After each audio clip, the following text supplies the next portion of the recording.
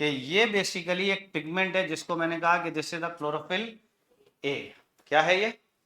Chlorophyll A है ये। बात क्लियर? इस क्लोरोफिल ए पर ये सनलाइट फॉल कर रही है। कौन फॉल कर रहा है? ये दैट इज सनलाइट फॉल कर रही है। और जब सनलाइट फॉल करेगी तो इस क्लोरोफिल का पिगमेंट भी क्या एक्साइटेड स्टेट में आएगा या नहीं आएगा? आएगा। कितनी देर के लिए आएगा? -9 सेकेंड। इतनी देर में उसको क्या करना होगा? एनर्जी को लूज करना होगा और वापस इलेक्ट्रॉन को किस में आना होगा? ग्राउंड स्टेट में। ये बात क्लियर है? नहीं है? ये पूरा का पूरा सिस्टम क्या कहलाता है? क्या कहलाता है? इसका मतलब ये एक ऐसा सिस्टम है जिसका किससे कनेक्शन है? लाइट से। क्लियर है बात? फोटोसिंथेसिस में प्लांट्स किसको एब्जॉर्ब करते हैं? सोलर एनर्जी यानी सनलाइट को एब्जॉर्ब करते हैं। तो प्लांट के अंदर ऐसा क्या पार्ट है जो सनलाइट को एब्जॉर्ब कर रहा है? That is a photosystem. And what is photosystem? Group of pigments, and these pigments are responsible for the absorption of sunlight, and these are those pigments. और इन सारे पिगमेंट्स को हमने किसमें क्लासिफाई किया हुआ था? 3 पार्ट्स में। कौन कौन से थे? रिएक्शन सेंटर, दूसरा और तीसरा। अच्छा एक बात बताइए कि रिएक्शन सेंटर कितने प्रकार का होगा? कौन कौन सा? एक होगा P700 और एक होगा P680। What is 700 and what is 680?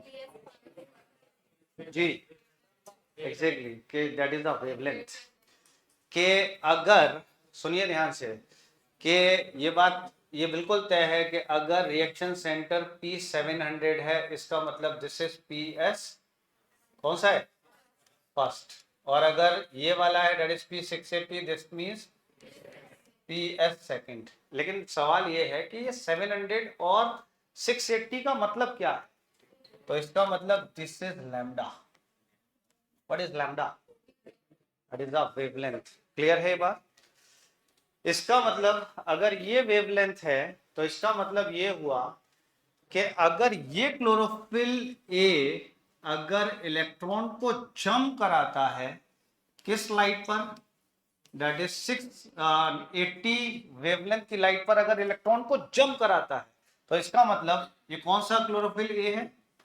That is P680। और अगर ये इलेक्ट्रॉन को जंप कराता 700 वेवलेंथ पर तो ये कौन सा क्लोरोफिल कहलाता? That is P700। नहीं आई अभी बात।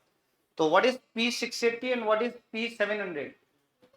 पहली बात P represent for chlorophyll A, लेकिन एक क्लोरोफिल ए है जो इलेक्ट्रॉन को किस लाइट पे जंप करा रहा है? 680। इसलिए उस क्लोरोफिल का क्या नाम पड़ गया? P680। और दूसरा वाला पिगमेंट या दूसरा वाला क्लोरोफिल ए किस लाइट पर जंप करा रहा था इलेक्ट्रॉन को? हाँ जी 700 पर, इसलिए उसका क्या नाम पड़ गया? तो what is the difference between P680 and P700? जो इलेक्ट्रॉन को जंप करा दे 680 पर वो P680 और जो 700 पे जंप कराए P700। यहां तक क्लियर है? अगर चलिए ये बात समझ में आ ही गई है। एक बात बताइए कि फोटो सिस्टम में सारे के सारे पिगमेंट कितने ग्रुप में क्लासिफाई किए थे? कौन कौन से थे? Reaction centre, core molecule, antenna molecule. Reaction centre हमेशा किसका होगा? और वो क्लोरोफिल कितने तरीके का होगा? कौन कौन से? P700 and P। और अगर P700 है तो फोटो सिस्टम कौन सा होगा? फर्स्ट। और P680 है तो? और ये बताइए कि कोर मॉलिक्यूल में हमेशा कौन कौन से पिगमेंट्स होंगे?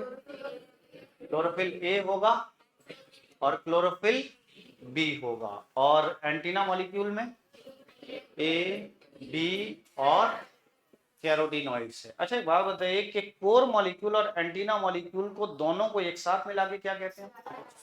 Light harvesting complex. क्लियर है? अच्छा अब एक बात ध्यान से सुनिए। मैंने कहा कि जो भी लाइट इस फोटो सिस्टम पर पड़ रही है, ये लाइट इस फोटो सिस्टम पे पड़ रही है, इसका नाम फोटो सिस्टम क्यों पड़ा है?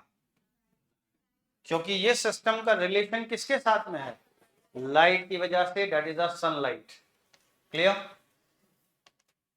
अब अगर देखा जाए तो इस पिगमेंट में, इस पूरे फोटो सिस्टम में, ये जो क्लोरोफिल या ये जो पिगमेंट मैं दिखा रहा हूं, ये आउटर पिगमेंट है या नहीं, सबसे बाहर वाला है या नहीं, सबसे बाहर वाला है। ये बाहर वाला पिगमेंट जो है, जस्ट एज्यूम कर लीजिए कि ये बाहर वाला पिगमेंट ये रहा। चलिए मैं इधर दिखाता हूं।